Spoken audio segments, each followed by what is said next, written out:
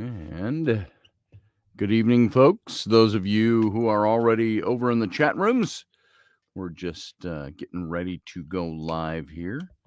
And I'm going to plug in my headset so we don't get echo. Hey, why don't you hold on a second? I'll be right back. You just sit there while I do this. So I got to get up, go all the way around the back side of my computer to plug in my headset. There we go. Are you? Yes, I am. Not radio yet. We're just in the chat room getting prepped for it. All right. There's Rowan. Rowan of the Broken Nose Clan. How is your nose today? Oh, the doctor said they don't know if You have food on your face. the doctor said even if it is broken, they could put a splint on it. It kind of just wastes money though, because your nose doesn't really move at all. So Yeah. How do you splint a nose? There's there's a metal piece they'd put like right here that would do something. I don't know. Yeah. But it would just be a waste of money. So even if it was broken, your nose doesn't really run away. Your nose Hi, Ellie. Run away. So how you doing back there? Hi. Everybody, if you're new to the show, new to the I got to look at the clock here. I don't even know what time it is. It is 9:02:50. We got about a minute and a half, and we got to go live. So get your hellos and good nights and goodbyes and all that in. What's with that tongue? I'm going to bite it. No, you're not. Okay. So, so tell me, how did the nose thing happen yesterday? Ellery was kicking me. Her leg kicked my foot and made my knee smack me in the face. Yeah. Oh, kicked your foot? Is your thing still out of place down there? Yes. Still out of place. That little right there. Is that the septum? Yes. Is that what they're called? What's that? That's Leslie. She says, hello, Miss Ellery. So, what do we got? We got 3:38. Okay, you guys, you got to say your goodbyes. Stick your tongues back in your mouths. Say your good nights. Good night, because I got about a half a minute before I got to go live. I love you, little tiny. All right, I love you too. Love you. Bye. See ya. Bye, I love you. Shoving you out of the room. All right, guys. Stop it. We got to out with that. Now, go. Okay, don't come over here. Go. Here we go, guys. We're going to go dark, as you all know. That's the program. Hey, Rainey, says Leslie. So we're going to go dark in a few seconds here. And here we go.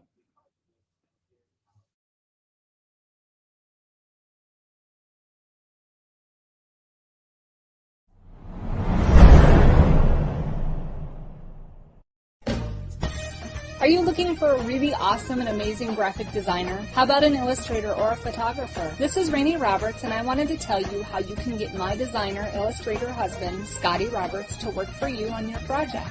Do you have an awesome self-published book but no cover, or even worse, a cover that really sucks? Do you need a kick-ass logo for your company or some f***ing awesome graphic designs for your ads or website? Then get in touch with my husband for the best f***ing awesome kick-ass design and illustration. He knows his stuff, and he's been at this for more years than I've been alive. Go to ScottAllenRoberts.com. That's Scott with 2 T's, ALANROBERTS.com to take a look at his online portfolio of work, or call 651-468-8115.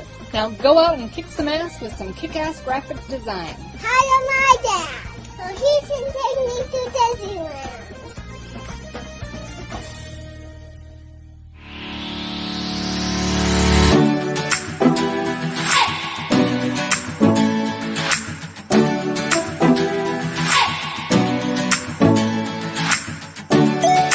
You're listening to the Intrepid radio program with Scotty Roberts. Intelligent Talk.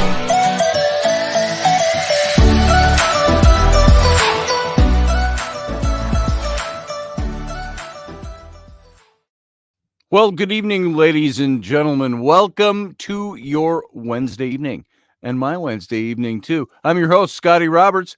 This is the Intrepid radio program live on Odyssey Radio. That's ODYSY radio.com. Come on over. You can listen to the audio version of this show over there if you don't want to watch the video. Because if you're already listening to the audio version, you don't need me telling you that that's where you find it. So if you're just watching over on one of the streams, you can go over there and you don't have to watch the video. You can just listen to the audio. You can also check out all the other shows and the show pages over at Odyssey Radio to see all the shows that are up in the lineup. And you can go if you want to, if you're listening to this show just audibly, you can go over to Facebook, facebook.com/Odyssey Radio. And you will find a video simulcast of this show with the typical Facebook chat room attached to it. And, of course, you can come to, and I say of course, because I feel like the YouTube stream is kind of the home of this show, the official home, and that is at the YouTube stream, youtube.com/Scotty Roberts. You can go over there just to watch the video simulcast of this show as it's being broadcast over on Odyssey Radio.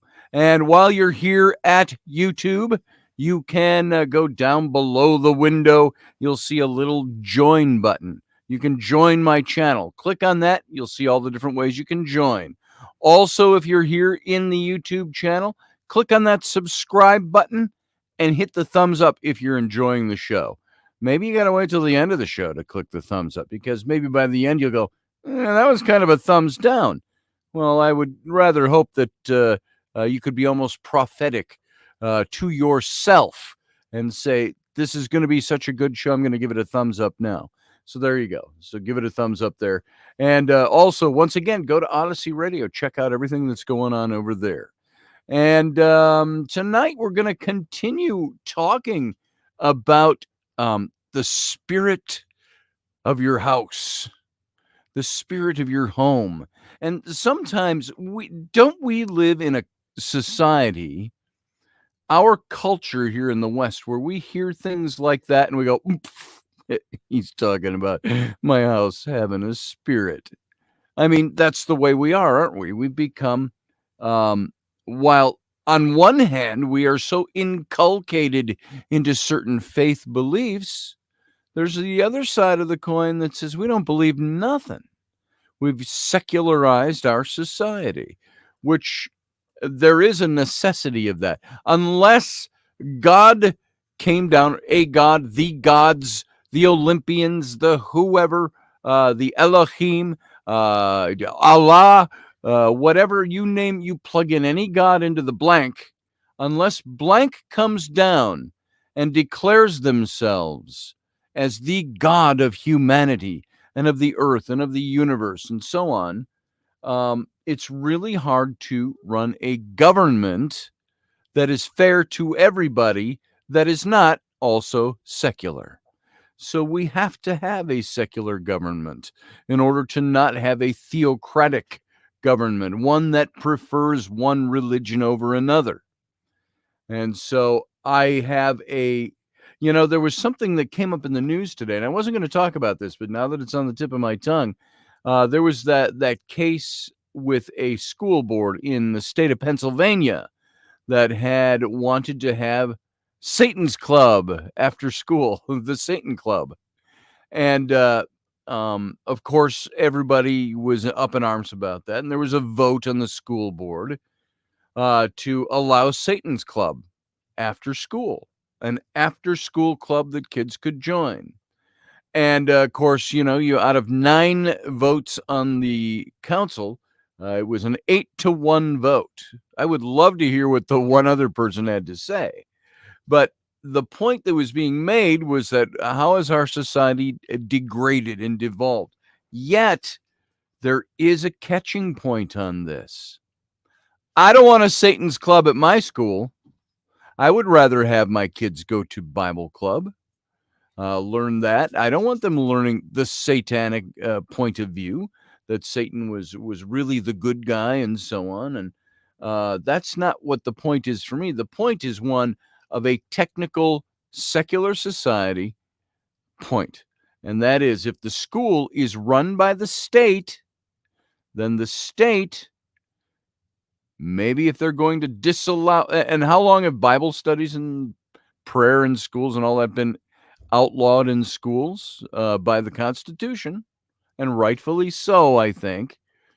Even though the community wants that, it's the laws are there to defend the people who don't or aren't a part of the majority. And so the law says we have to have a secular society when the government's involved. If the government runs the school and the government says there can be no Bible study, then the government also has to say there can be no Satan's Club. It should barely have come up for a vote. But then you've got the Satanists, or the people who pushed the Satan's Club, said they were only doing that to make a point. They said their point was, why can a Bible club be allowed and not a Satan's Club? And they do have a technical point to make, even though I would disagree with it on a philosophical, theological, and moral ground. So you have this, and it was voted down. I think it was yesterday or today. It was voted down. People didn't want the Satan Club. But what do you do when that comes up? If you take a stance on the Constitution, you're firmly grounded in constitutional law. It's got to swing both ways. It's like all my friends I've known and my background in the religious right, you could say. Back in the early 80s, I was part of an organization that did a lot of printing and package design and things like mailing design for the Jerry Falwell's organization, the Moral Majority, which was the big religion, as we all know. If you remember your history, 40 years ago now. That's crazy when I think about that. That was 40 years ago when that was at its height. But the same religious right that would say we have to uphold the Constitution would be the same religious right that wants to create laws based on Christianity. If they could have it their way, they would have a theocracy based in Christianity in this country. But I think a theocracy based in Christianity would be as detrimental, as harmful, as crazy, unconstitutional as, say, those same people would say, well, what if the Islamic Front was in charge and they voted in enough people into office that Islam became the issue that could become the state religion, or the one that is so you see what I mean? If you don't want Islam doing that, or Buddhism doing that, or Judaism doing that, you don't want Christianity doing that either. And this is, I think, the same case as you had in the Pennsylvania school. As much as you were against it and disbelieve it and think it is an aberration to humanity to have a Satan's Club, if you're going to allow a Christian club, you should also allow a Satan's Club. Conversely, if you're going to not allow a Satan's Club, you should also not allow a Christian club. It is state property. It's not a private school. That's where the fly in the ointment is, and the catch on all of these things. So I didn't intend to speak about that. I just got to see what some of you might be saying over here in the chat room. If you're going to allow Satan, you have to allow God in schools. There it is, Leslie. Maybe that was the test case. If you're going to allow Satan in, then you're going to have to allow. So there it is. That's the way it works in a country that is meant to be a secular form of government. We cannot have government run by one particular religious mindset. You either welcome them all or you welcome them none. And that's the way it goes. Now, politicians, presidents, politicians, everybody can have their personal faith. Constitution doesn't rule against that. Everybody's allowed to believe what they want to believe. You just cannot govern under that I was going to say guise. That's not the word I'm looking for. Under that precept, under that that form of government. So there you go. That's my Leslie says, well, our Constitution was created on our God-given rights. It was. And that's what's interesting about it, is that the founders mention God in our founding documents. Yet they say this has to be a secular. I think that is something that they came upon as they went along. And of course, you would look at our founders, and you couldn't say that they would fit well into the religious right that exists today. Most of our founders were deists, and Quakers and different forms of Christianity, but they were not like what you have today. So yeah, that's a very good point too, Leslie. They said that God gave us these rights, and they're establishing it in the Constitution. And yet they say that you have to rule secularly. Matt Finn says, I say F it then. Let's just pollute our society some more and then wonder what's wrong with kids these days. Boom. Exactly. So, no, Leslie, I did not notice you had your Celtic Pride hoodie on. Now I do, now that I see it up close. It's only about a quarter of an inch tall on my screen, so I didn't notice it. Matt Finn, I'm right there with you, by the way. If we pollute our society more, we're going to keep wondering what's wrong with our kids. And I agree with you. The only problem is, how do you... I think society is polluted because we have a society that has given up the reins to the government, have given up the reins. And I'm speaking in broad strokes here and broad generalities. But the parents that don't parent are the ones that are going to lose their kids, not the parents who do. And that has nothing to do with the fact that you have the freedom. What exists is we all have the freedom to worship the way we want to worship. And there's no law against that. And if the way you worship prohibits you from going to a school that says you can't pray, then you know what? The Constitution swings both ways. Then you should be in a private school. Because if you're in a state school that's governed by the state, that's funded by the state, you might not have the right to do that. There has to be that. You have to go off school property to do it. Something like that. So it becomes a convoluted issue the more you dig in, as you can see. But that's the issue that was out there. I'm not at all for Satan's Club. If people want to learn about Satanism in a secularized classroom, it's like Christianity. Why is there such a fight over the decades over teaching evolution? This was the big thing when I was in middle school to high school in the 70s. It was, do you teach creationism versus evolution because they are opposites to each other? Or do you have to eliminate evolution from the school because the teaching of evolution from the school, because it diametrically opposes a religion? That was the big debate and the big fight back when I was in school, and Dave Potter just a couple of years after me. So that was still going on. And I think it still goes on to some extent today. So there are lots of questions like that. It's all sun worship in disguise, says Rapid Dog. There you go. Yeah, and I know what you're getting at, but I wish we had time to talk about that tonight.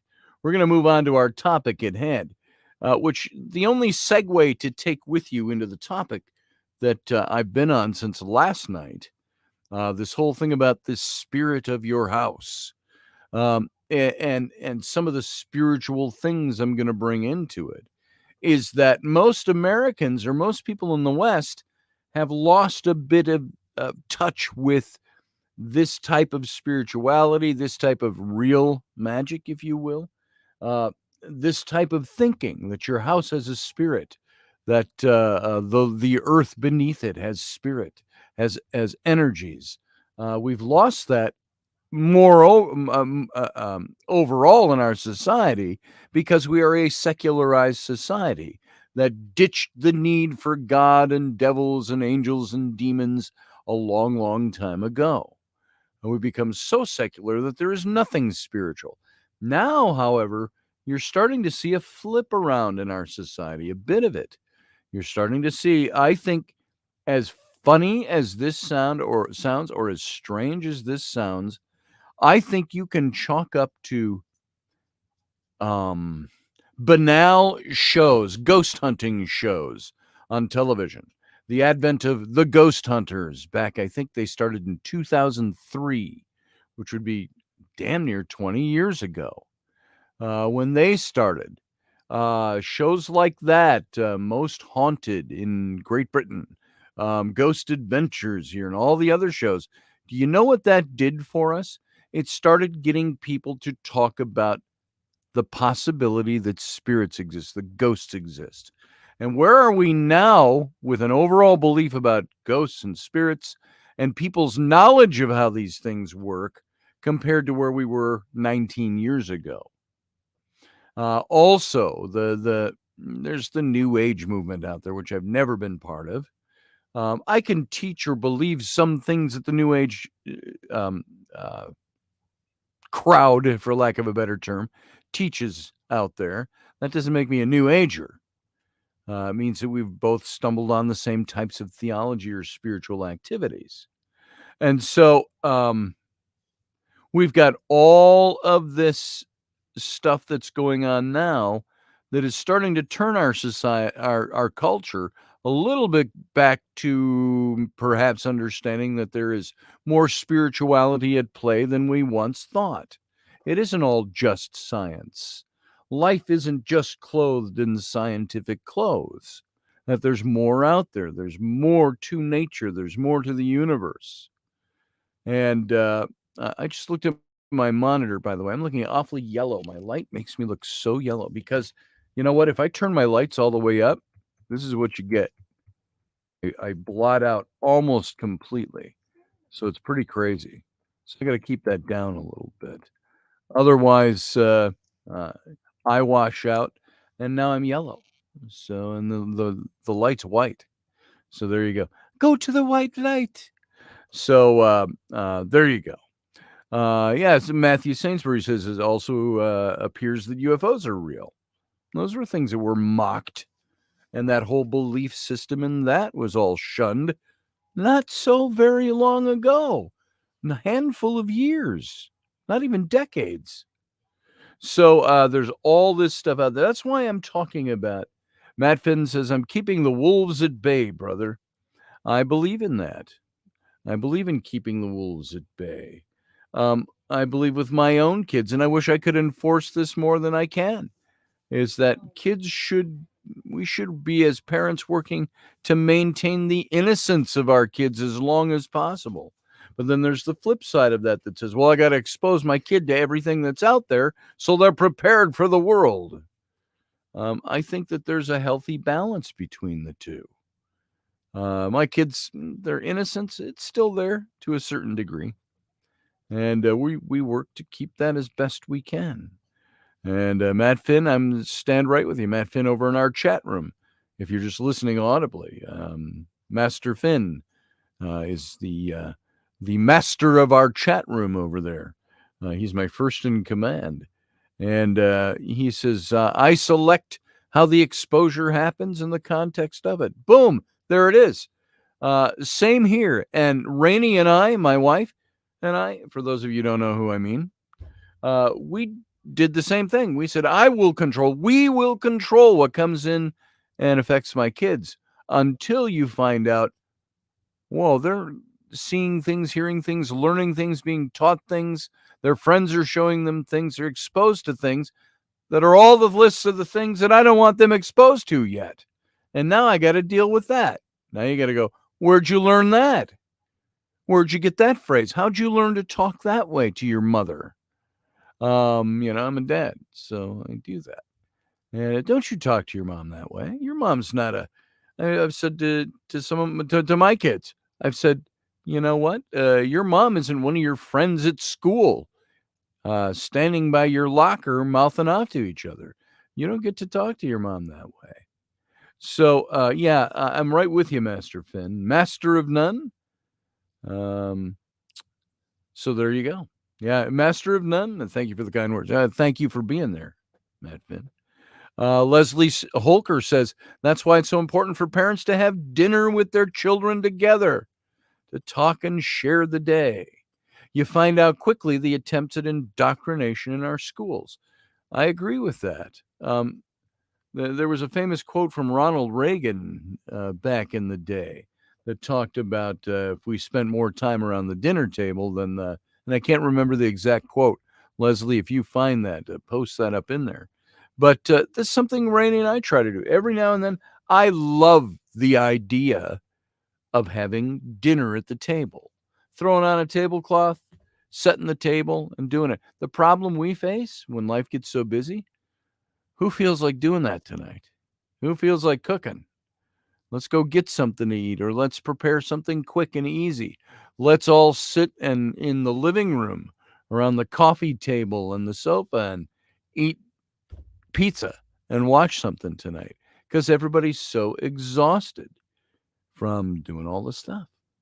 You know, Rapid Dog, that's what my grandfather, who was a dyed-in-the-wool liberal, you'd call him a progressive nowadays.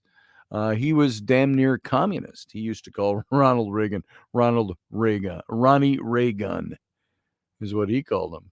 So, yeah, let's say I like quoting Ronald Reagan. I personally like Paul Harvey. Good day. Said, oh, hey, Morgan Snow over in the chat room. Paul Harvey, I'm convinced God made a farmer was written about Leslie's father. And now for the rest of the story. Here's my best Paul Harvey I can do.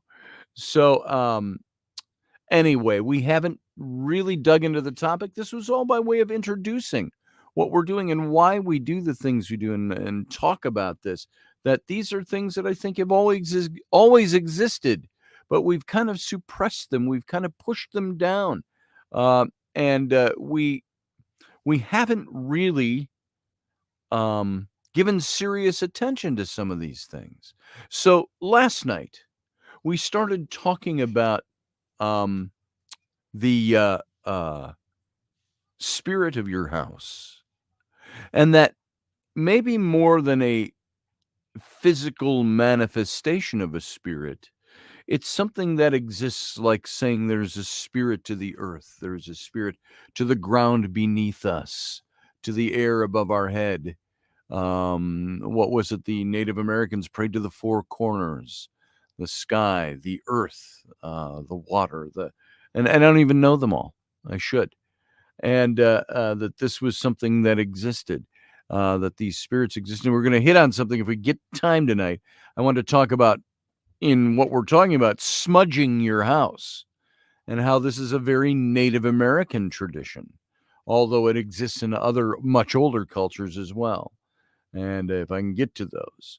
And Matthew Sainsbury is going to give us a little history on Ronald Reagan over in the chat room. So if you are not in the chat room, come on over, see what Matthew has to say. And yep, the great spirit, Matthew Sainsbury, exactly. And I don't mean Ronald Reagan when I'm talking about the great spirit, though he's very close.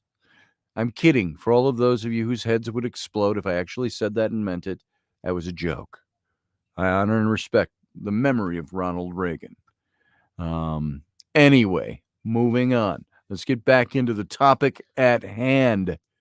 Remember I said last night that one of the ways to draw that spirit into your home, to make your home a happier place, which Rainey and I tell you, there are times I talk about this stuff and I wait for the lightning bolt to strike me, because none of us are perfect over here.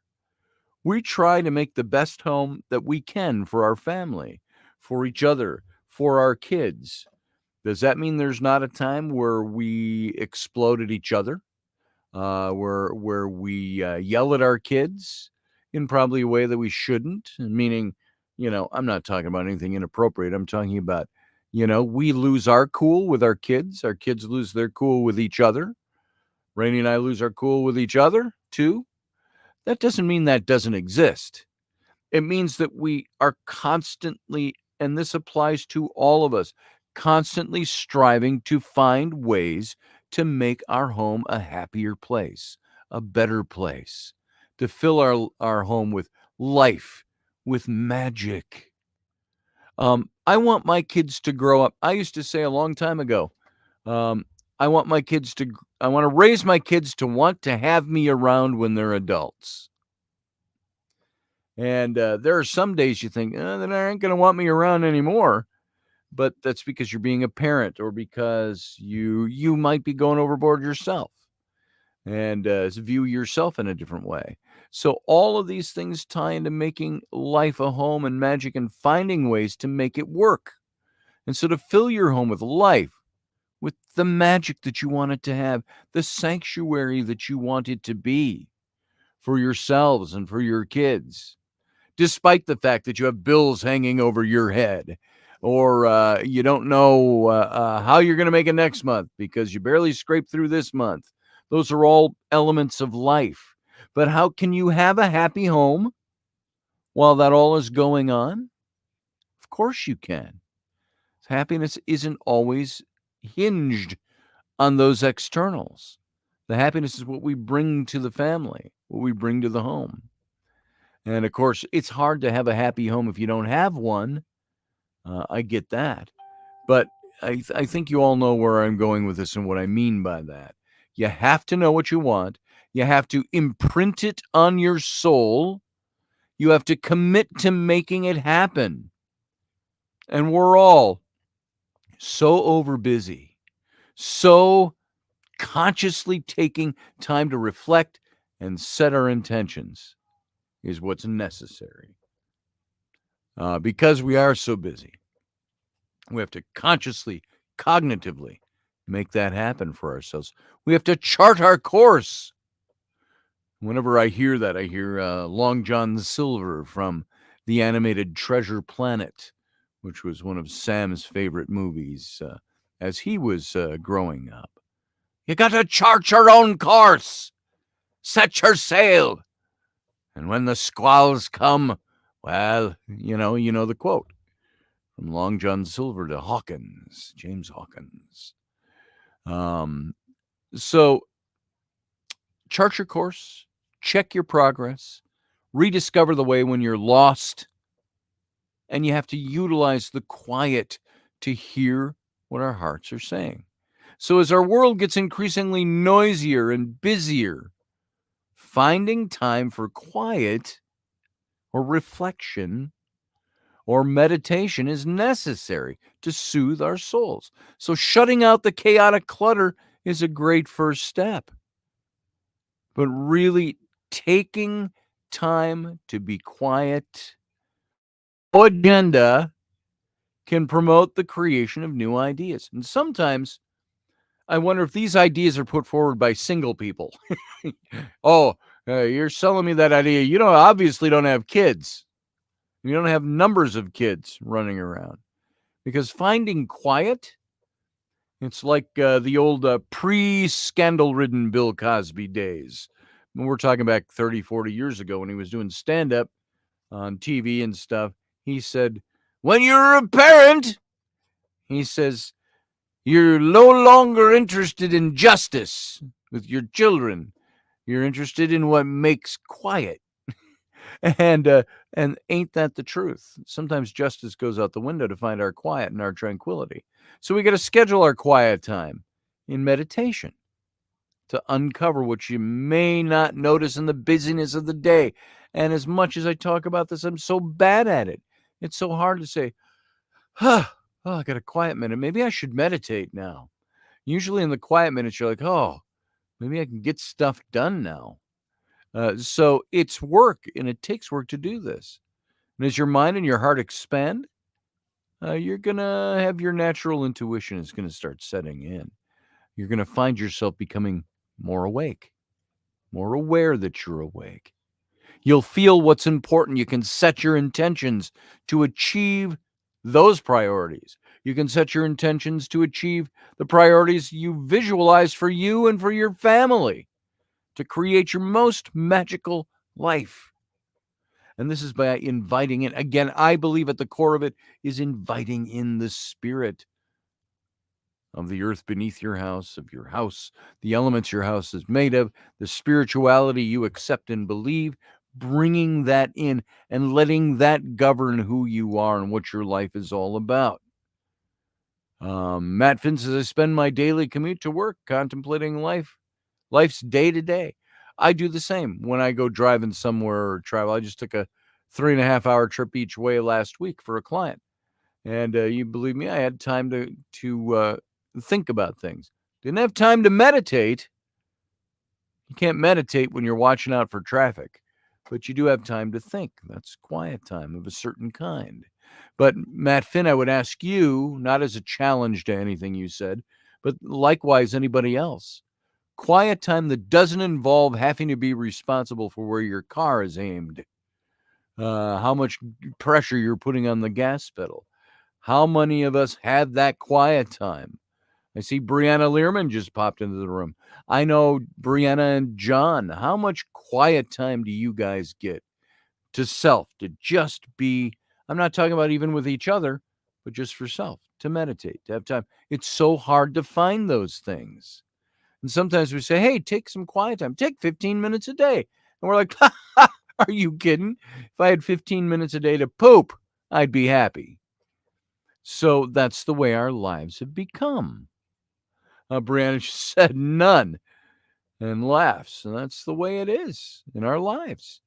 So as all things are made of energy, and all energy vibrates at different intensities, so too do your intentions. They are an energy that vibrates at a different level. Your intentions. This universal energy means all things are connected. All things have energies that can work with each other. It's like ripples in a pond. Expand outward and allow the energy to influence the results and come back to you many times multiplied. It's like a lame example, but a picture nonetheless. If you saw the movie Avatar, where they all had on their tails that thing where they plug into the great tree and the great universal thing. Yeah, there's a big progressive message in that and blah, blah, blah. Look aside that. That's what the energy is supposed to be. You plug in and everybody's plugged into the greater energy is the idea. So to begin, define your intentions. To begin this step in your home of bringing in the spirit of your home, defining the spirit of your home. It's almost like making a golem. If you don't know what a golem is, a Jewish a tradition, a mystical Jewish thing, more Kabbalistic, I think, was you could shape a human form out of clay. And if you had the rabbi or the magician that had the ability to create the spell, you could create the spell and the golem would come to life. And it would be like a slave to the person for whom it was made.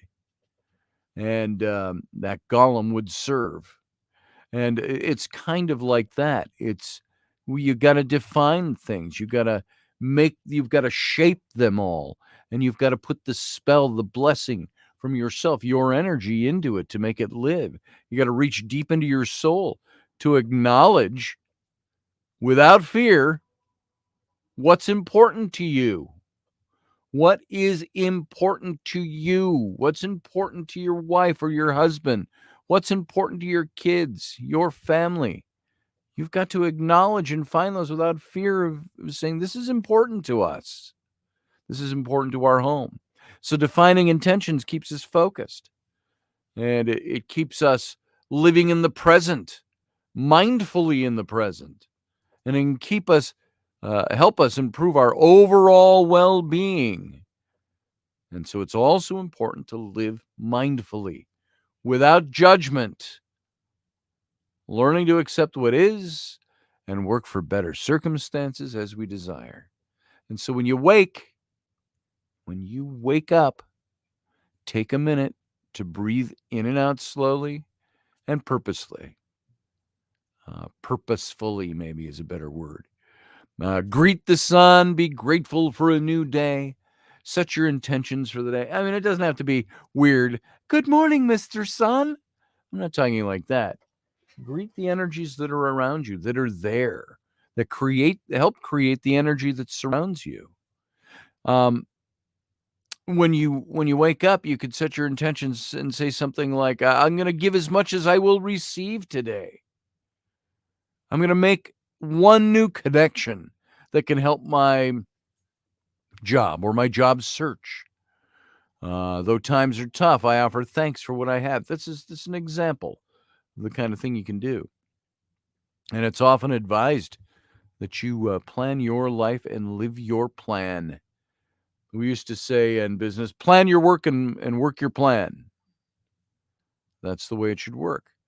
So this is intuition setting into action. That's what that is. And I've got a whole thing I want to talk about using colors in your home to set intentions. I'm looking at my time, and I think we can hit this because there's a couple of other things I want to hit too. You can use the colors in the spectrum and their corresponding vibrational energy. There is vibrational energy to color. Remember when we talked about vibration? If you go over to my Facebook page right now, you can scroll down. You'll see a post I reposted from, remember Michael Polanyi, Freehawk Polanyi? He came in and he talked about spirituality. He had a post showing a picture of a healthy cell and a cell riddled with cancer. And you can see how it was, and I didn't read it all to memorize it so I could repeat it. But there's a vibration that breaks down, and you can see it in the photographs. And so what vibrational energy is there to color? If you're working on your house and your home, and you're inviting the spirit of your home to exist, to flourish, you can sometimes start doing this with color. Some people, I say, they decorate for shit. You walk and you go, where'd you learn how to decorate? A cardboard box in a dumpster? Nothing matches. There's no color. Now, granted, you might know people that don't have money to get matching furniture and stuff. We can't all look like Architectural Digest or Country Home or things like that, those magazines. But what you can do, what did Brianna say? I've had 4 cups of peach tea today, and it never happened. Oh, I missed something in there. That's a conversation. I don't know what's going on with that one. I learn't it in the garage, said Max Vision. Brianna said, help the good Lord. Okay, I'm out of the context of some of the things in the chat. To apply them, you'd have to be here and read the chat and join in the chat as well. But so colors. Think of, you might not be able to do all kinds of, I can't go to Ethan Allen and refurnish my home. That would cost me $60,000. You can't do that. But you can find ways to make your home work.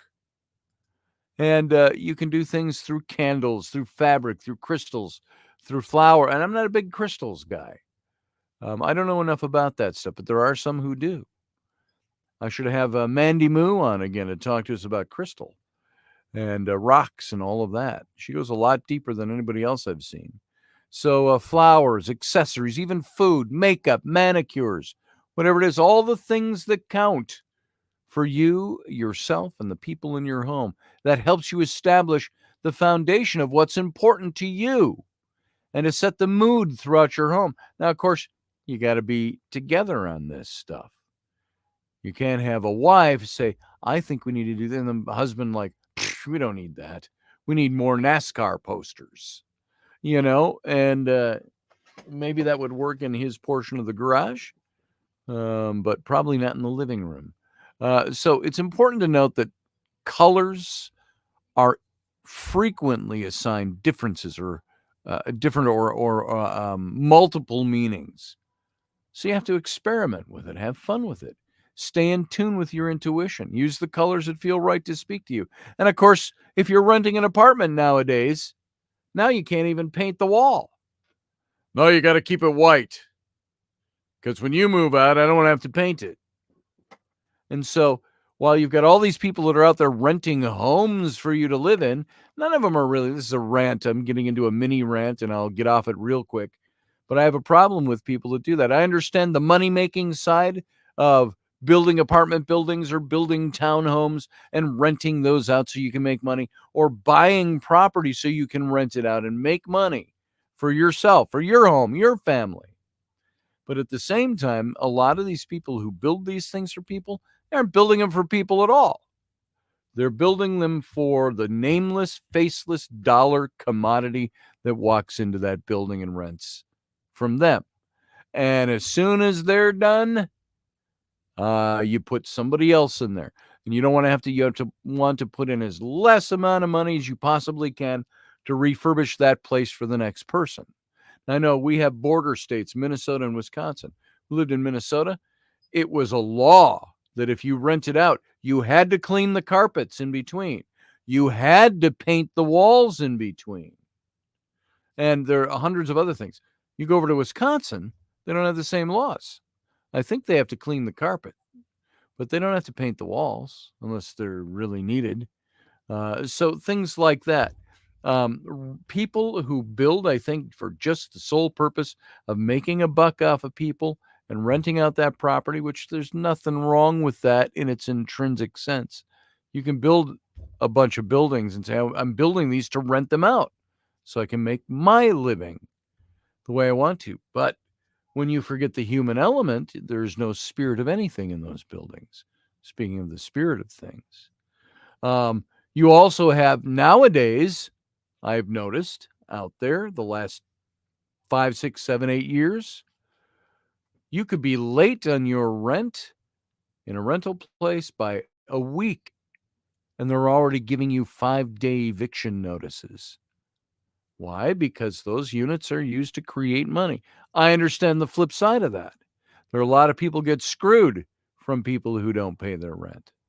I get that. That stuff exists. Both sides exist. Both sides are valid. But I say all that because I was making a point of color in your home. If you're renting a home, sometimes it's really hard to do some of the things you want to do. And you got to bring in other elements. You got to look at ways to design your home while you can't touch the color of the wall. And there are ways to do that. And sometimes it's really hard to do. Rainey and I had a real sense of what we wanted to do with our homes and decorate until we had kids. Then everything became, phew. And we had kids and we were renting places and it became ridiculous. You expand out of a place, you got no place to put anything, your home becomes a wreck. And so it's trying to fight against that. But colors, let me get to colors. Black, you paint in black? That's a symbol of, black is a symbol of energy. Security and protection. That's the energy it puts out. Blue, it's like calm, healing, health. It's a cool color. You've got bright orange is happiness. Hey, welcome to our home. Our kitchen's orange. And you know, orange works as a great design color if you got other things to set off of it. Bronze is experience and prosperity and strength. And brown is feeling grounded. It's earthy. It's longevity. It's nature. Dark blue is peace and tranquility. Deep, bright pink is garish and gross, but that's not the real energy. It means creativity. It means glamour. I've seen some places that are decorated with bright pink, and you go, wow, they actually accomplished a great feel and energy in this place with bright pink, a color I would never design with. Then there's green. That's children. It's fertility. It's feeling grounded. It's friendships. It's good luck. It's nature, prosperity, wealth. Gold is elegance. The gold escalator. coming down to the Trump Towers. It's supposed to be elegant and prestige, prosperity, success. Lavender is intuition, while muted orange, kind of a dusty orange, is warmth, is what that gets. Orange is healing and health. This is opposed to the bright orange earlier. Purple, success, prosperity, wealth.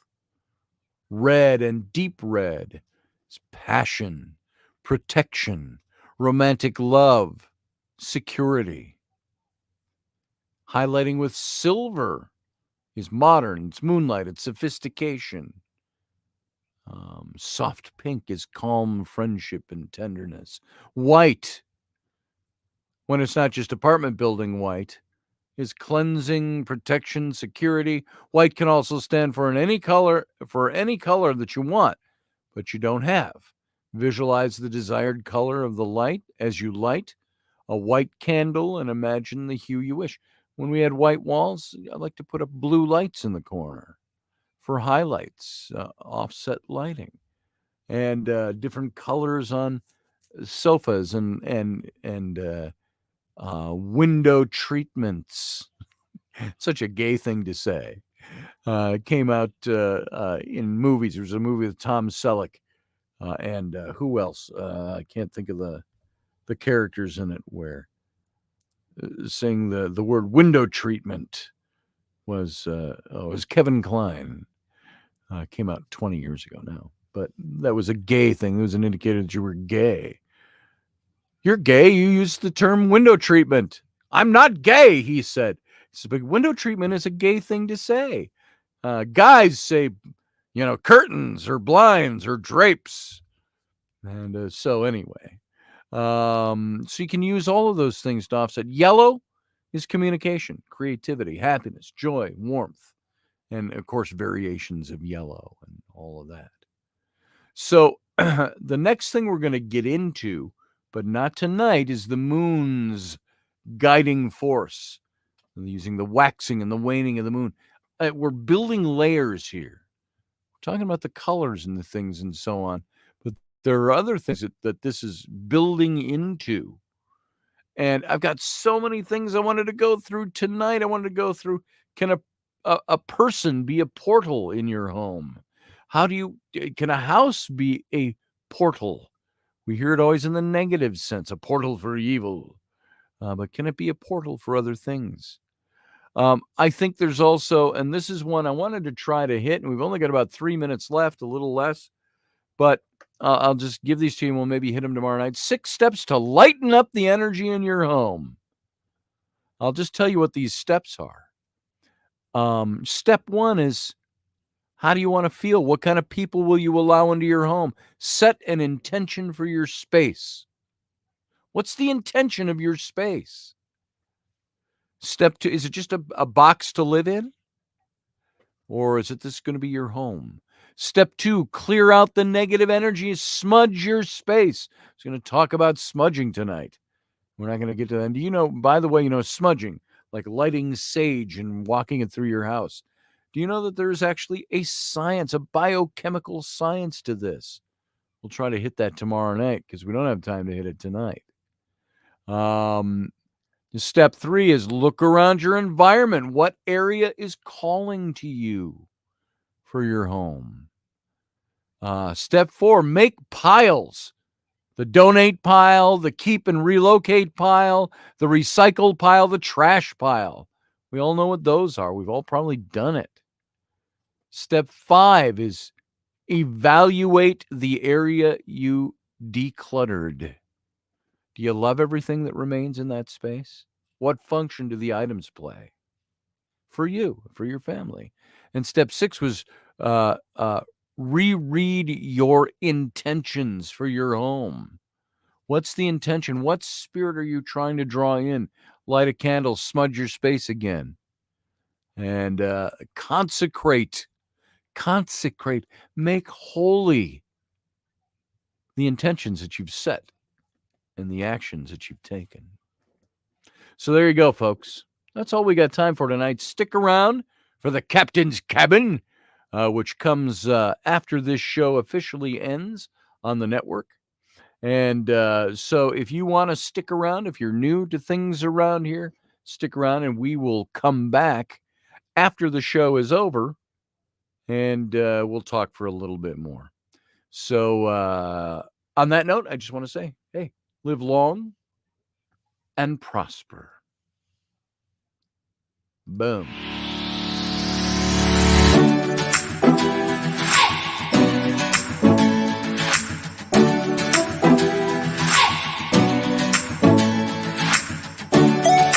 You're listening to the Intrepid radio program with Scotty Roberts. Intelligent Talk.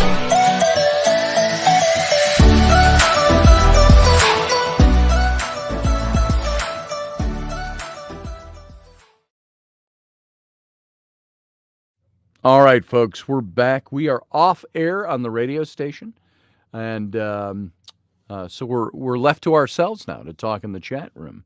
I am going to take a much-needed bathroom break, and so I'll be gone for about 30 seconds to a minute, and let me get us disconnected here from the network. Boom, we're disconnected, and also stopping the recording of tonight's show. I'm going to take off this headset. You you talk amongst yourselves for a minute. I'll be right back. Stay tuned.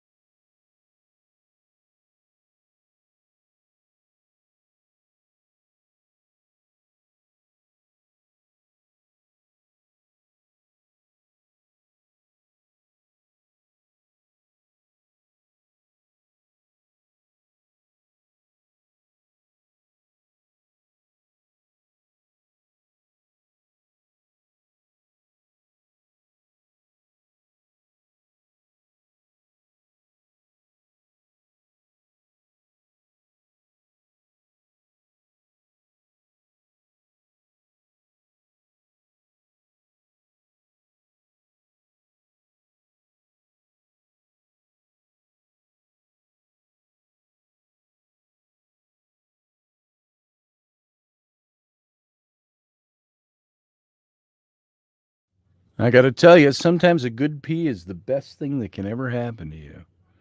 So, do you need big lights on, Rainey? I can turn them on if you need them on. All right. I got the big lights off because it gets wacky bright in here. So, how is everybody tonight? I'm going to unplug my here. I got to unplug my headset. I got to reach around. I got to do a reach around on my computer here. Boom. There, we are unplugged.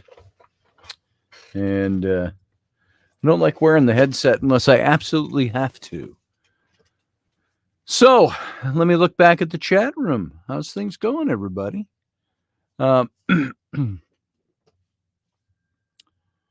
Let's see. Grumpy Stack, yap, yap, yap, he says. See you, Leslie and Andy. I missed your exit. Sorry. The bladder was calling greater than the need to say goodnight. So, I'm glad that you both made it in tonight. And Andy, I hope you enjoyed the show. I'm going to go spend time with Andy. Great show, great conversation. Good night, all you amazing Intrep heads. She says, hey, Sean Stroik. Good to see you, brother. And let's see.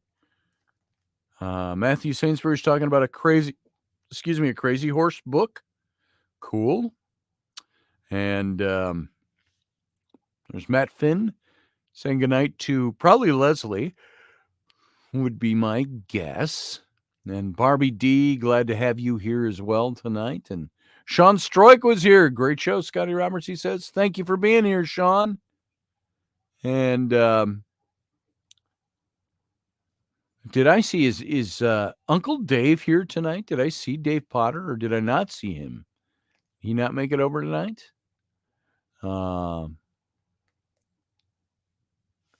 Let's see. Brianna says it was first in books and then they made the movies. So I'm going backwards. Oh, the 50 Shades books. It's not for the faint of heart. LOL. It's how can I say this without getting censored? You just go ahead and say it, Brent. I'm not going to censor you. Hey, Iowa X, good to see you as well. Glad you made it in. And we don't go very long in these Captain's Cabin segments, unless Dave is here. Then we'll go for 3 hours. So, who else we got in here? Let's see. At a real Leslie, have you seen 50 Shades of Grey? That's why I think Matt Finn had a red bedroom. What was this about? I gotta scroll back now. You think Matt Finn has a red bedroom, huh?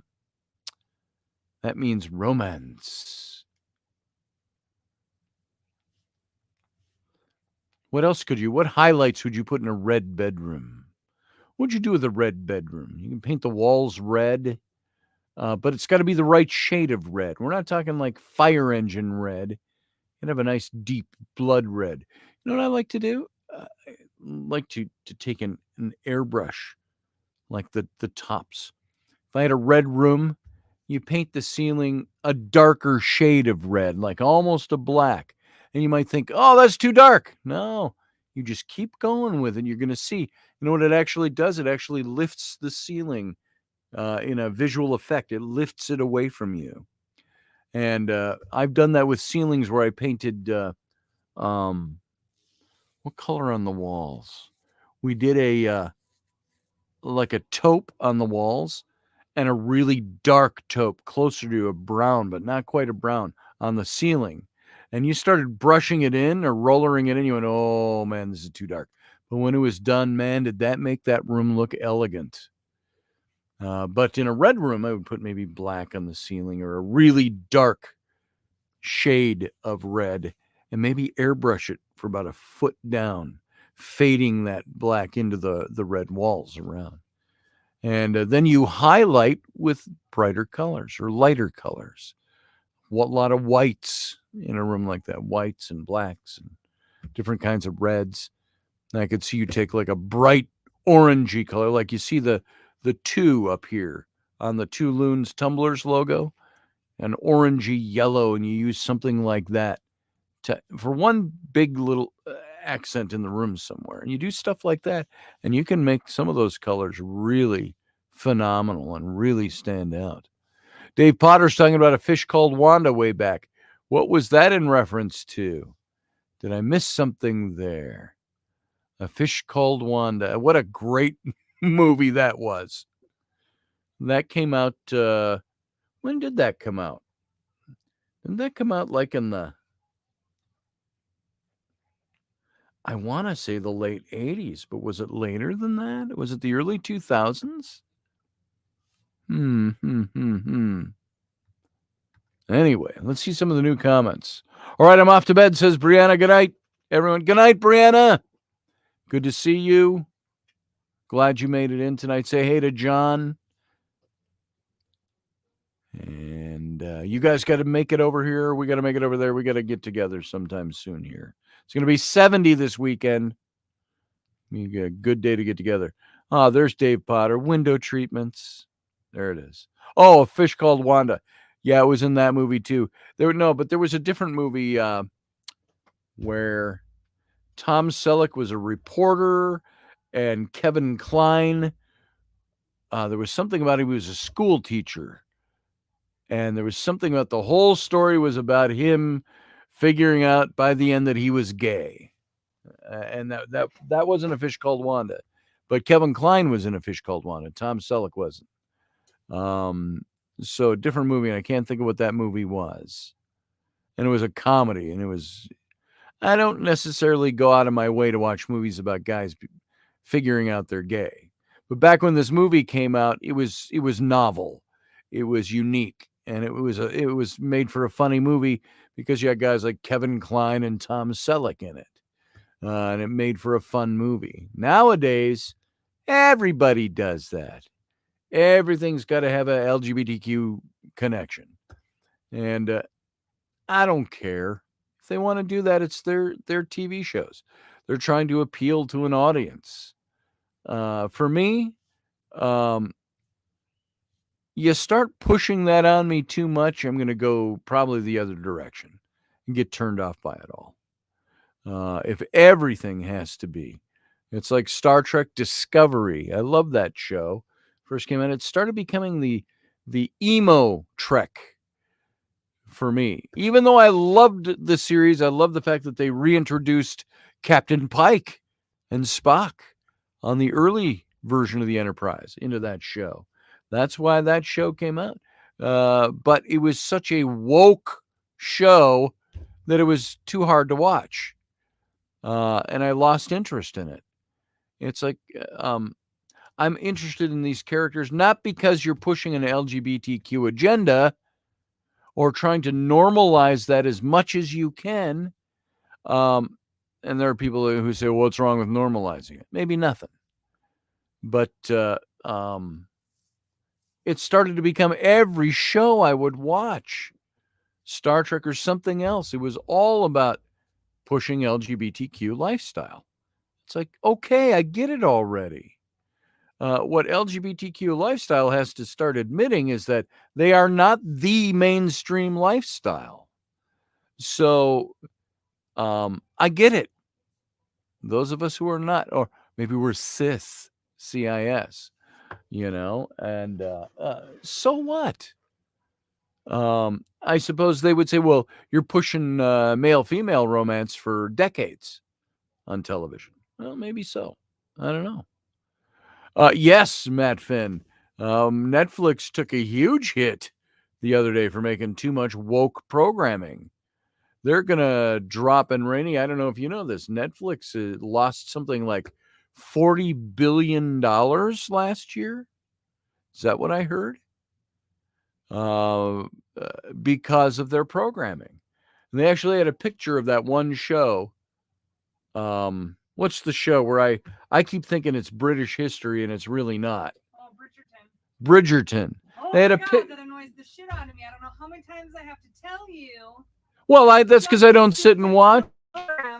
There's no history in it. And I know. History. It's I not a know. history Well, show. no. Yeah, that's probably happened 2 or 3 times when I've seen that show on. I sat and watched a couple of episodes, and it takes place in what is supposed to be late 19th century England, Victorian era to the Edwardian era, but at the same time, the Queen is a African American woman. Well, not even African American; she's black because they're not in America. The different characters are. I remember the first time I watched that with Rainey, I said, "This is obviously not historically accurate because you wouldn't have that person in that family doing that." And she says, "It's not a real show. It's all fantasy. It's all rewrite. Yeah, Fantasy. But you And it's always all go right back to the history, and it's not a history show. well. You say I always do that, like this is a big going concern for me. It's not. Well, it's just one of those weird I said it the first time I saw that show with you. Then I sat down with you the other day to have lunch, and you were watching. And I said it again, and you reminded me, not so genteelly, that this is not a real historical. I said, I know, I forgot. I don't watch it enough. Like 5 minutes while I'm trying to catch the dialogue, and it's like, just shut up! I'm watching my show. I'm like, who's this black queen? This is the queen of the country, I said. No, nothing. It's nothing. And she goes, it's not historical. And I'm like, okay, sorry, it's not historical. She said, shut up and let me watch my show. And so Barbie D says, are you guys gonna howl tonight? You talking to us or the guys in the chat room? Oh, so Grumpy Stack, 200,000 times 11.99 is $2,398,000. What's that for now, Grumpy Stack? 200,000 subscribers in the first quarter, said Grumpy Stack. Oh, they lost $200,000. There was a greater figure than just that, though, that I happened to see in a news piece.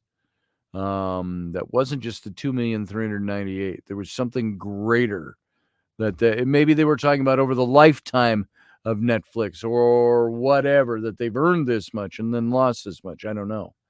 But yeah, there's gonna be some change of things. People are getting awfully tired of the woke programming, and these networks have got to realize that the woke programming, it's okay if you to a certain degree, when you think that you are gaining viewership and followership and going to make more money because you're being woke, which is, face it, folks, that's the real reason behind it. You're just making money. They're just trying to make more money. Why does Netflix exist? Oh, to offer entertainment to your home. That's why we exist. We exist for you, so you can be entertained. Well, that's the marketing side of it. That's the business they conduct. But the real bottom line is the bottom line. They got to make money. If they're not going to make money, you're going to find very few people that are going to offer a service like that are doing it altruistically and losing money just so you have entertainment at your fingertips. So,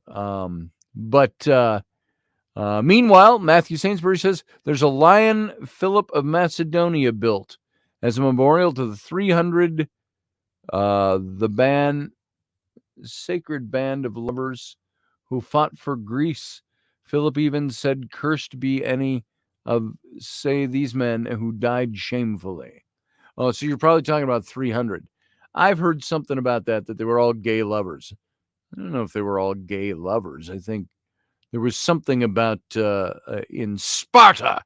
This is Sparta. I'm sorry. I'm just making a little fun. Don't go ape shit on me, anybody. Just having fun with it. I think that there was something about sexuality in ancient Sparta that it didn't make a big deal about it. I don't think they were all like gay lovers. I don't know. Let's look that up and find out more about that sometime. So I don't know, but you got a movie where everybody's got six packs and big bulges in their loincloths and walking around in red capes and helmets. I don't know. You homophobes, said Grumpy Stack. Yeah, they scare me. I never understood that. If I don't want to hear about LGBTQ stuff, it's not because it's because I'm afraid of it. No, it's because I don't care for it. I don't care. I don't want to watch a show about planting petunias either. Am I a petunia phobe? I'm a flower hater, my wife just said. There it is. I'm a flower hater. They were brothers in love and war. There it is, Dave Potter. That's what it was. Brothers in love and war. But I'll bet you they like a nice woman every now and then, too. So, the sacred band of Thebes. They were lovers, and they defeated the Spartans at the Battle of Leuctra in 371 BC. Dave, you remember Gordy out at Festival? He played a street beggar. He had some great bits. He goes, "I was once deserted on the Isle of Lesbos." I don't remember his routine, but you can imagine where that went from there. Pecky, John is here. He says, "Hey, can you say hater anymore? That offends me." Can you say hater anymore? That offends me. What do you mean by that, John? I'm not reading that correctly. Grumpy Stack. Yeah, okay, but $20 is $20, he said. And for the record, for the powers that be at YouTube or Twitter or Facebook or wherever, I don't care. If somebody's gay, be gay. I got no problem with an adult doing that and making that. If that's their choice, if that's the way they were born, that's not my say. I'm not to judge that. I don't care. The only thing I judge is when it's all over everything I do. Well, everything entertainment-wise. Everything's got to be kind of geared toward the woke LGBTQ thing. It's like, can we get through this phase, please? Where it's woke, okay, it's woke, and everybody accepts it. It's good. That's a normal part of life, and that's normal things. Everybody's been here with us since the dawn of man. We get that. Okay. Dawn of man. And we get that. Rainey said it's so racist of me. So we get it. Can we move on from that now and just go back to normal stories that don't have to have a forced LGBTQ message? There you go. That's my spitting vial and vinegar on it. Just be gay and shut the F up already, says Matt Finn. There it is. Boom. That's my attitude. Be gay and shut the F up. I don't care. That's like having shows where, yeah, we've seen sex in TV and movies for forever. But what if every show was, I just learned that I am heterosexual and I love you because you're part of the opposite sex. This is so wonderful. We can have a wonderful life together now. Oh my God, people are gonna quit listening to you. Shut up. I'm mocking it. So you guys get it. Rainey said you're all going to stop listening to me now. So, but it's like that. Okay, we get it. Let's move on. Why can't we have a fun romance to watch? We can, Remeldian. Fun romances in almost every movie that comes out. So, opposite sex, which gender? Oh, don't even get me started there, Grumpy. I'm a man and woman kind of guy. All right? That's all the further it goes for me. You can be gay and be a man or woman. You can be lesbian, be a man or woman. You can be whatever you want to be. I don't care. Whatever you want to be, but biologically you are male or female. That's it. Unless you're a hermaphrodite. That's it. Unless you're a hermaphrodite, which is a mutation. You're man or woman. You're born man or woman. You're born male or female. There it is. You can make a choice to be anything you want to be. You can be anything you want to be. I don't care. Why? What's wrong with what I said and how I said it? That's my little all-American guy. Come on, kids. Let's hide under our desks. This is a practice for nuclear holocaust. That's my that voice. Matthew says, David said of Jonathan, your love for me passed the love of a woman. I don't think that means anything gay. It doesn't, unless you want to make it mean that. I think that there are some guys that would look at each other and say, the love I have for you surpasses that which I have for a woman. Does that mean bisexuality? Does it mean gay love? Does it mean I love you more than any woman I've ever loved? Any person I've ever loved. You could put that in there. I love you more than any person I've ever loved. And can a guy have that for a guy? Can a woman have that for a woman? Sure. What does it mean? Does it mean David and Jonathan were gay lovers? I doubt it. We don't know much about Jonathan's life, so we know a hell of a lot about David's. So, I don't know. Maybe, Matthew. We don't know. I don't think it matters. I don't care. That's what it comes down to. I really don't care. If David and Jonathan like to stoop every now and then, not my business. But it's not recorded that way. So, was it too sensitive to talk about 3,000 years ago? I don't think so. Packy says, no, I don't like David's. There you go. David's not your gig, John. So, well, there you go. That's why that came up. So anyway, all of that. I don't even know what I was talking about before that, how we lapsed into that. Television or movies or something. So we got there somehow.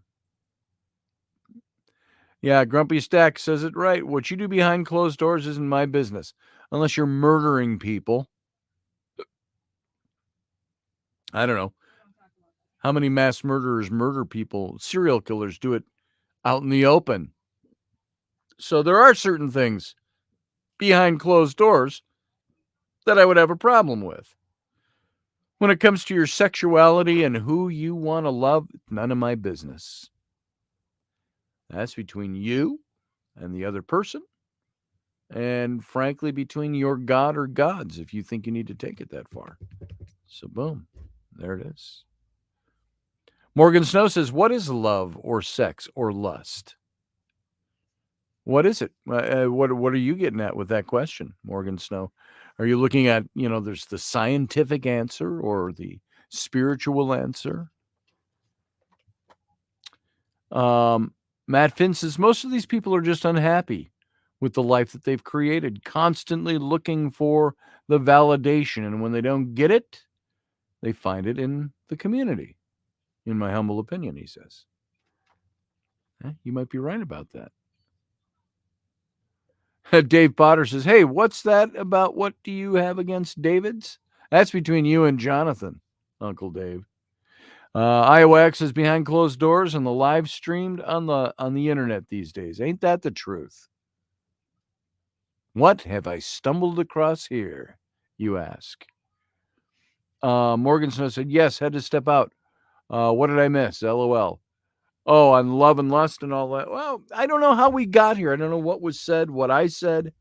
That got Rainey. What was I saying that got us there? She doesn't know.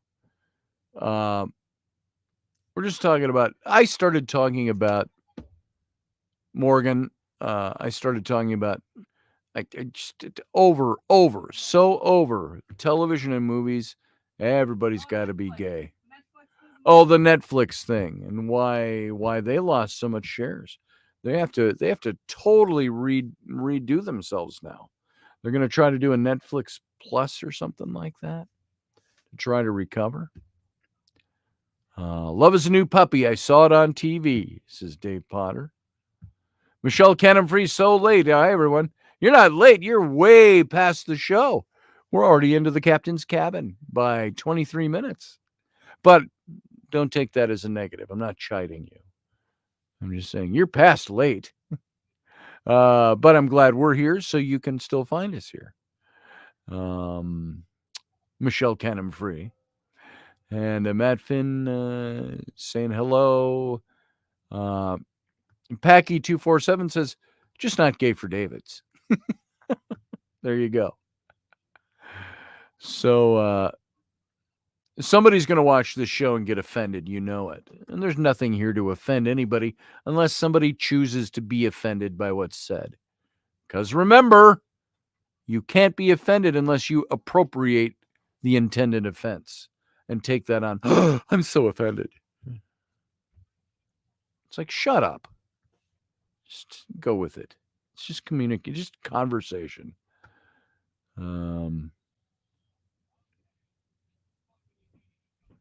Who's Michael Robinson, Grumpy? You say Michael Robinson, I mean Michelle Obama is an owner of Netflix. Oh, is that her maiden name? Her or his? I don't know. I tend to think she's a Sheila. She's a chick.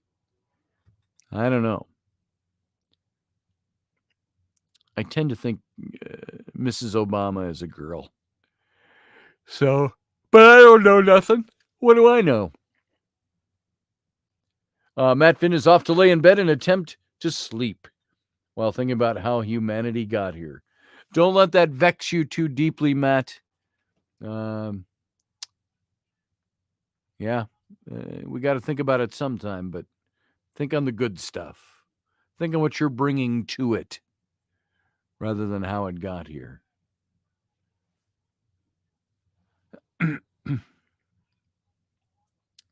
When you get 59 minutes in the show, you'll see my story I shared. What, Matthew Sainsbury? Something tonight? 58 minutes in? I have no idea. Let's see. Matt Finn, you have a good night. And what else did I want to say? There's something else I wanted to bring up, and I can't think of what it is. Some of it's in context to the show, and so I'm going to save it for tomorrow night. This 1 hour thing is sometimes, excuse me, is sometimes miserable to try to fit all my content into an hour. But if I lash myself to 2 hours a night, holy crap, that'd be impossible to do.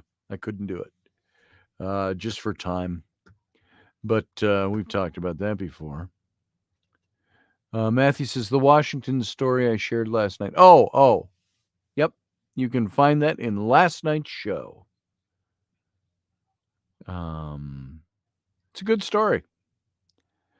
David Castle says, greetings and favor to you, Grumpy Stack. So there you go.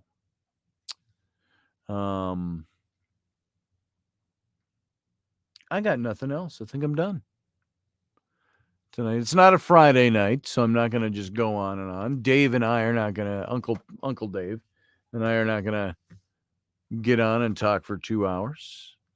That's coming this Friday, though. We'll sit on after the show. As long as nothing else is going on around here and it's 10 o'clock and beyond, Dave and I might be able to sit and chat with you all on Friday night. John Packy, Brianna's husband, just said, I just built and delivered a table for a lesbian friend of mine today, and it was weird. I didn't walk away. And it was weird. I didn't walk away offered by her, and she wasn't offended by me. Weird. What? It was for a lesbian friend of mine today, and it was weird. I didn't walk away offended by her. It's probably what you meant. Yeah. Weird. And she wasn't offended by you. You know why? Because we don't care. None of us care. I have gay friends. I have lesbian friends. You know why we don't offend each other? We don't care. You live your life. I'll live mine. We're friends. That's cool. Like being friends with you. So what? Uncle Cracker Dave. Grumpy is just full of it tonight. Man. Uncle Cracker. Grumpy Stack is a lesbian. Well, what did you used to hear Rush Limbaugh in his early days said, I'm a male lesbian. And he says, what I mean by that, he says, that's aimed at all the hierarchy of the women's movement. So I'm a male lesbian. And he says, that way, I can claim I am a male or I'm a lesbian trapped inside a male body. And he says, that way I can now ogle women and show my affection for them without repercussion because I should be a protected class. That was Rush Limbaugh's gig that he would bring up. So, Matthew Sainsbury, I left some more info in Washington at the bottom of yesterday's show in the comments. You'll see. Cool. Thank you, Matthew Sainsbury. Morgan Snow. Boom, Scotty. Yeah. See, Rainey? People appreciate me. What? What? She said. Matt Finn, last thought. They can't let it go because secretly they want you to care for the validation of it. Yeah, that's it. They want us to validate it. I already have. Fine. I validate it. Okay, move on. It's validated. I don't care what you are, what you do, as long as you are a good person. And so there you go. That's all I got on that. Hey, Rainey, I'm a lesbian. Let's hang out, says Grumpy Stack. Cool, she said. Let's do it. I think she meant hang around. So, what was it Larry the Cable Guy back in his heyday said about being gay?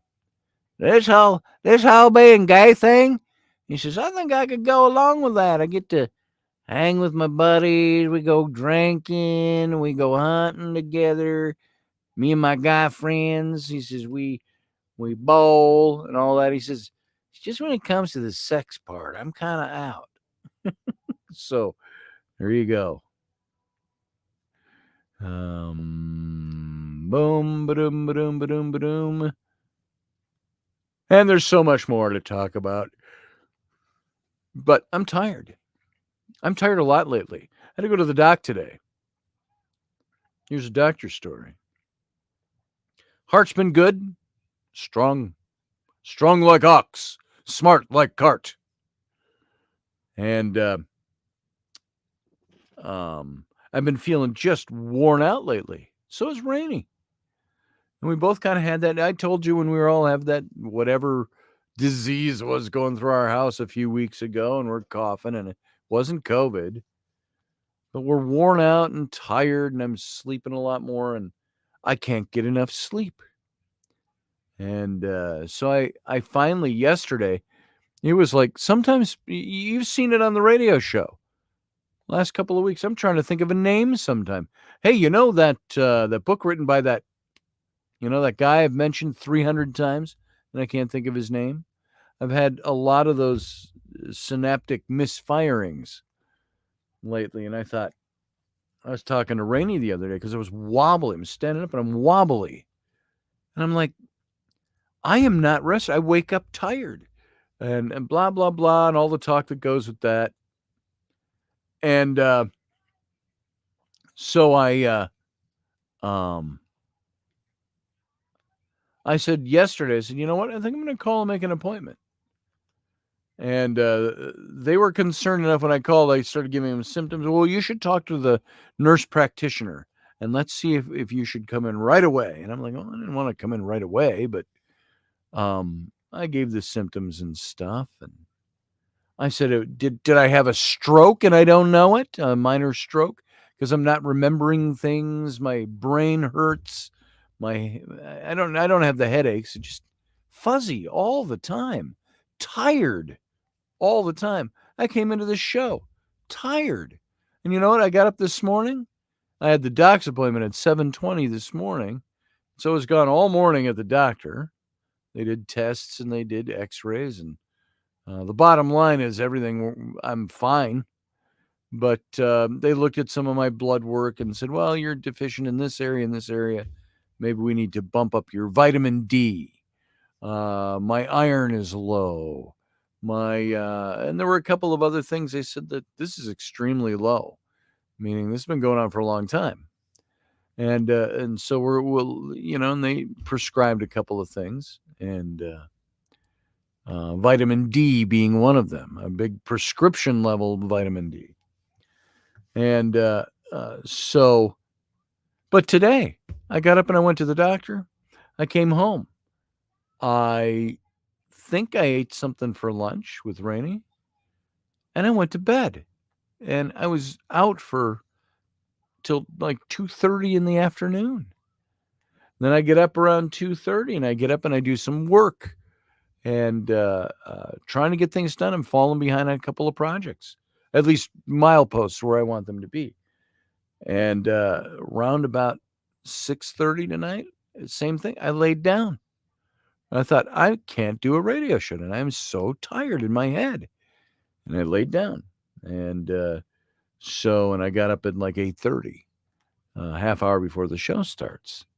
So need better drugs and more naked sun time. I think you're onto something there, Iowa X. That's what my doctor said. She said, you need to get some more sun. Let's get this vitamin D in you. It'd be best to try to get as much sun as you can. But of course, we're just coming off winter, so bloody. So that's sort of been really odd lately.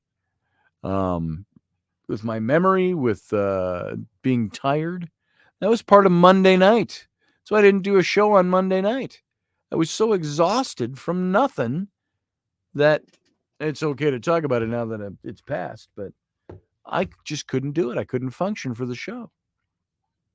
I could have stumbled through it, but so hopefully we've got a bit of a handle on what's going on, certain things. So we're working on it, and nothing, as far as we know, cancerous, nothing stroke-ish, nothing heart-related.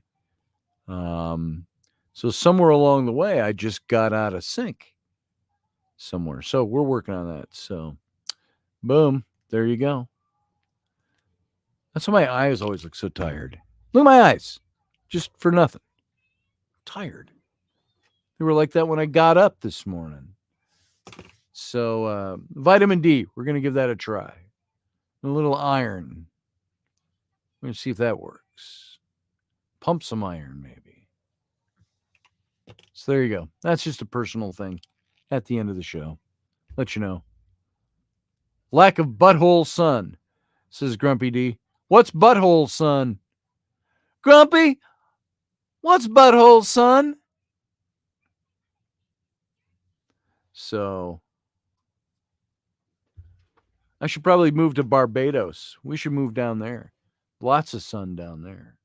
But of course you got hurricanes down there. And duppies. Do you have duppies down there? Matthew Sainsbury, what can you tell us about the duppies? Let's see if you know what that reference is. I think you would down there. Oh dear, he says. Or was that already there? I think he was saying, oh dear to Butthole Sun. I liked Sarah, your guest last week. She likes the supernatural. Yeah, thanks, Matthew. She is. She's good. Known Sarah for a dozen years, thereabouts. Duppies, the ghosts, yeah. And I had the first time I was in Honduras. It was on the island of Roatan, and bought some fruit or something from a street vendor, a little old guy. My grandfather was on there. He said, you got to meet this guy. And I met him, and he was saying to me, welcome to the island, and, have a good time, and watch out for the duppies, he said. And I didn't know what that was. My grandfather told me at the time. You know what I see when I look deep into your eyes, says Uncle Dave? Tiny little pictures of myself, and I look marvelous. So, buy an island in Honduras. Oh, that's what my grandpa did. So, it worked for him. I wish he were still around. I wish he still had that land. Would be fun to go visit. So, anyway, that's all I got. I got nothing else tonight, folks. I'm done. Kind of updated you with the little health update. Not that I need to have those on a regular basis, but I thought those of you who are left here tonight in the captain's cabin, that small handful of you, that would be something you'd want to hear about. So that's we're done. I think we're going to sign off. Folks, I appreciate your being here for the show. And for the last 39 minutes, well, there's more than that because we ended the show at 56 and 25 seconds after the hour. So it's really the last half an hour or so you've been here. And I appreciate you all. I appreciate the fact that you take your time to come here and spend it with me on this show. And if you guys, by the way, hey, Jane Shasta, just got here. What health update? Hey, Jane. You're about an hour and a half late, but that's okay. I'm glad you're here. Just a little nothing health update. I've just been really tired and worn out. That's all. And I thought maybe there's something more with heart, but I wasn't having any heart symptoms. So I thought maybe the thought occurred to me, did I have a stroke somewhere along the way, a minor stroke? And because I was forgetting things. My mind's constantly fuzzy, constantly dizzy, blah, blah, blah. So I went and checked that all out this morning, and they think it's just vitamin D deficiency, iron deficiency, a bunch of stuff that's all built up. She said, you got so much junk going on that she said, I think this all built up behind the scenes kind of, and it just hits you. So I'm doing okay. Thanks, June, though, for asking. I appreciate that. So there it is. And on that note, once again, we're going to get out of here. Appreciate you being here. All the time you give me. And by the way, if you would hit the like button, the few of you that are left, if you haven't, do that. There's some who think, likes don't matter. It's the show. Well, if you're trying to do a show and a better show and an even better show and better show, our ranking goes up, get more listeners, more followers, and it affords us a little more time to do stuff. So other than that, we'll just keep going on doing what we're doing. So thanks again. You know what? Once again, live long and prosper. You guys, all of you, have a good night. Thanks.